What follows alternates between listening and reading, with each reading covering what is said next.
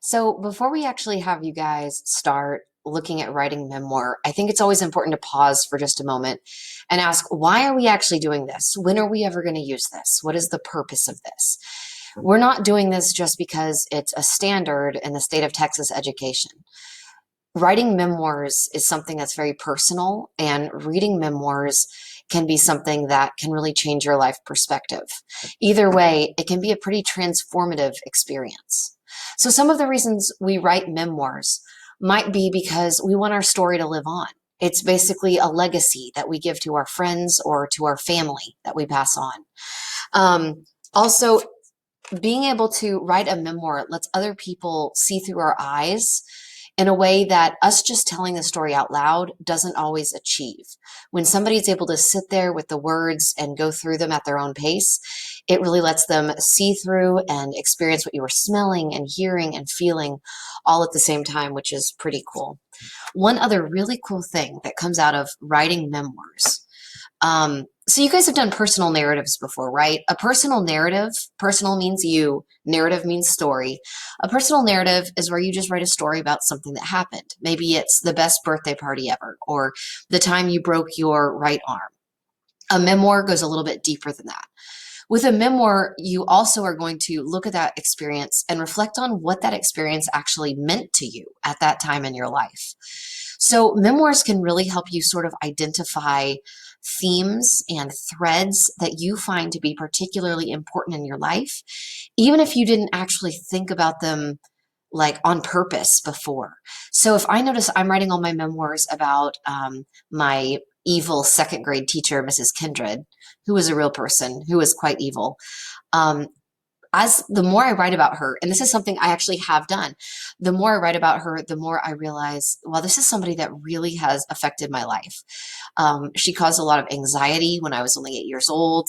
And some of the strange tics that I have to this day sort of started back when she used to like yell at me and gave me a really hard time, sort of picked on me. And so writing a memoir can actually help you like sort through some of that information. So that's a really, really cool side effect of writing a memoir. So that's why we write memoirs. Reading memoirs is very interesting as well. And so I want to share with you guys really quickly 3 examples, little snippets in memoirs, so you can see just how powerful these things can be. I'm not going to read to you from the first one. I just wanted to show it to you. This is a book that we have at school. You can also find it on Sora if you're learning online. It's called I Am Malala, and it's about a girl who was told she couldn't go to school anymore because she was a girl, period. The Taliban were taking over her country. She started to speak out against it and became a 14-year-old activist. And when she turned 15, just 15 years old, one day she was sitting on a bus. The Taliban boarded the bus and shot her in the head. Miraculously, Malala survived. And this is her story. This is the memoir. She wrote this story when she was 16 years old about what happened to her from when she was 13 all the way through 16. So this is a really good example of a memoir. We can learn some very powerful things about survival, and courage and true bravery from this memoir. So I'm going to go ahead and move along with our 3 examples. The first example I'm going to read to you guys is from Shout. This is by a woman named Lori Haltz Anderson. She wrote a famous book called Speak. The book she wrote called Speak is about a girl who is actually raped and what she goes through as part of that experience. And that is a very powerful book, but it's not a true story. Shout is an actual memoir of this author's real life. Spoiler alert, her real life does include an incident where she was raped, and that's what inspired her book Speak. I'm just going to read to you a memory that she wrote down from her childhood. Another thing I'm showing you guys is how different memoirs can look. So the one from Malala that I was showing you guys looks like it's a novel, right? Except that it's true story. It's a memoir. It's written in first person about what happened to her. This is written in verse, which is a type of poetry, which has, I know it's backwards, sorry guys, but you can kind of see the structure of the pages, where each page kind of has its own, like, it looks like poetry. But when you read it, it reads like a story. So I want to read to you from the first example. The name of this particular poem or memory is called Unclean. I said shit in front of the church ladies gathered in our kitchen for coffee and donuts. 3-year-old me, the potato-shaped, sturdy-legged, parrot-tongued echo chamber. I don't know about you guys, but 3-year-olds are definitely parrots. I fell down, scraped my knee, said shit in frustration.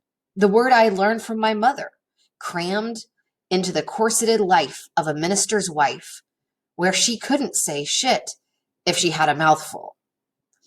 But alone with me, she could, and did frequently. That day in the kitchen, as the church ladies eyed my mother's handmade curtains, measuring her skills, I baby cursed and was snatched from the floor. Shoving a bar of soap into the mouth of a child was then common practice. Church lady approved, for scrubbing dirty words from the minds of the young. The violence of generational silence, brutally handed down. Ivory grooves deep carved in the bar by my baby teeth. Mommy's bruising fingers pinning me against the sink. My sobs captured in bubbles, heard only after they popped. After I was jailed in my room, and the ladies of the church and my mother sipped bitterness and shared crumbs, aka they drank coffee and ate cake. I learned then that words had such power, some must never be spoken, and was thus robbed of both tongue and the truth. So this is written in a very poetic style. That would take a lot of editing to get it to be that perfect. Nobody just writes like that coming out the first time. But if you guys want to try a more poetic style, you're going to have your chance later this week. The next one is from a book, another book that you guys can find at school called We Say #Never Again. This is from survivors of the Parkland shooting. This is a memoir of a survivor of that Parkland shooting, and I'm just going to read you a small snippet from this student. So for those of you guys that don't know, the Parkland shooting happened on Valentine's Day, just 2 years ago now, in 2018. Okay, here we go. I strolled at a moderate pace, or ran, as my classmates would call it, up the stairs to my algebra class. Because I'm an IEP student, meaning that I can test in a separate room for algebra, I took my test elsewhere and began the walk of doom back to class. Before returning, I strolled over to support my favorite facilitator's room on the second floor of the main building. The room stood behind the main staircase that feeds into the freshman building, senior lot, and chemistry building. I exchanged some words with my facilitator, and I left her room about 2:20 p.m.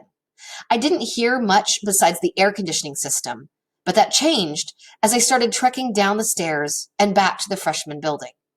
Popping sounds, like those of a balloon bursting, erupted seemingly behind the building.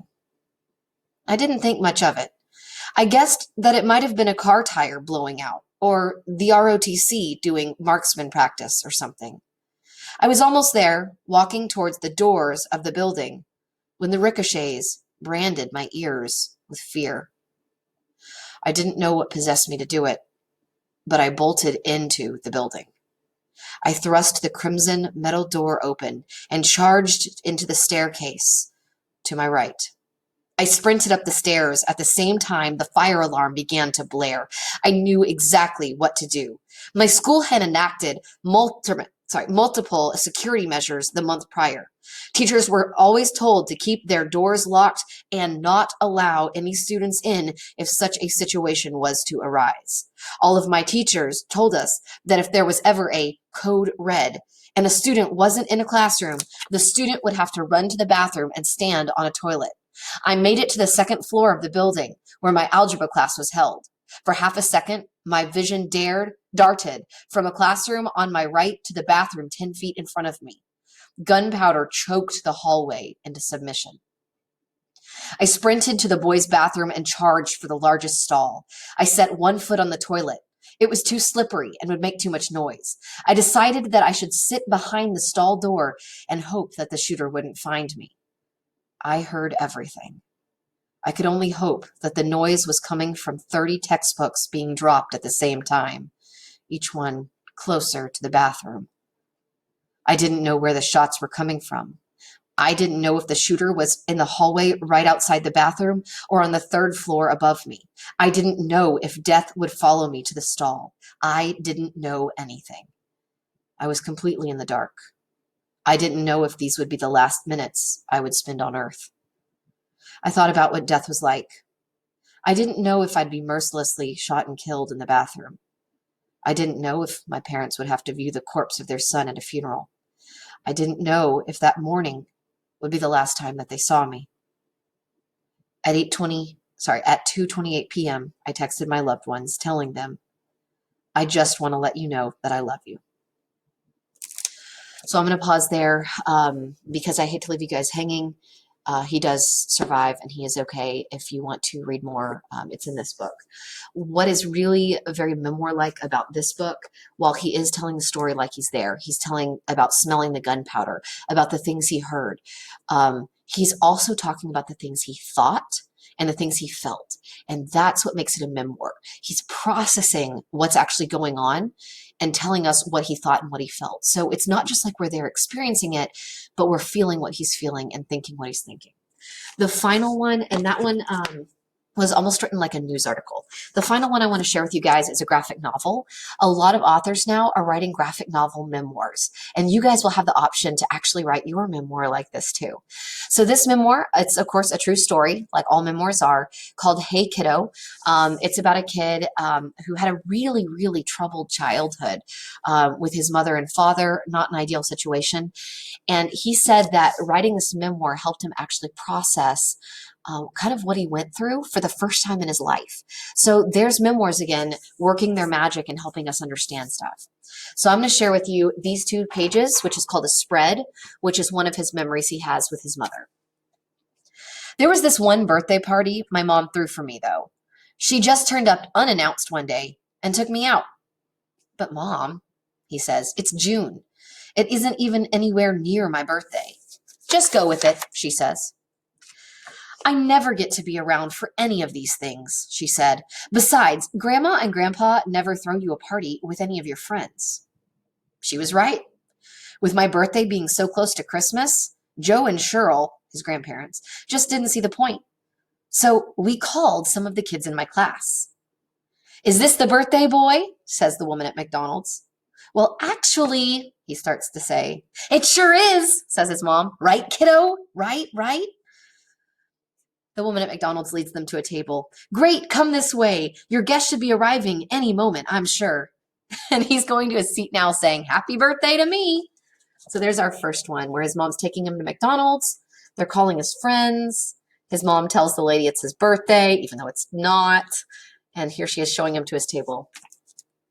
It was all a lie, of course, but I had to admit, it was a lot of fun. This fake McDonald's birthday party, it's the only party that I ever had with friends throughout my entire childhood. And it was really nice having my mom there. I liked being able for her to meet some of my friends and for them to meet her. But it would be a long time before any of them, including myself, saw her again. Because just as quickly as she'd reappeared, she was gone again. So there's him sitting with his friends at McDonald's, and there's the end memory from the day. So those are 3 examples of a memoir. You guys don't have to write them like a personal narrative, like a written page, unless you want to. You're going to have different options when you actually start writing yours. You can do a graphic novel. You can do a verse, like the one about the soap in her mouth. You can do one as like a news article. There's all different kinds of ways you guys can write memoirs. They can be about any memory. The only trick is it has to be about a very strong emotional memory. The memory must be tied to strong emotions, whether they're sad or angry or the happiest day of your life. That's the most important thing about a memoir. All right, that's it for now, guys. Thank you for sticking with me. Bye.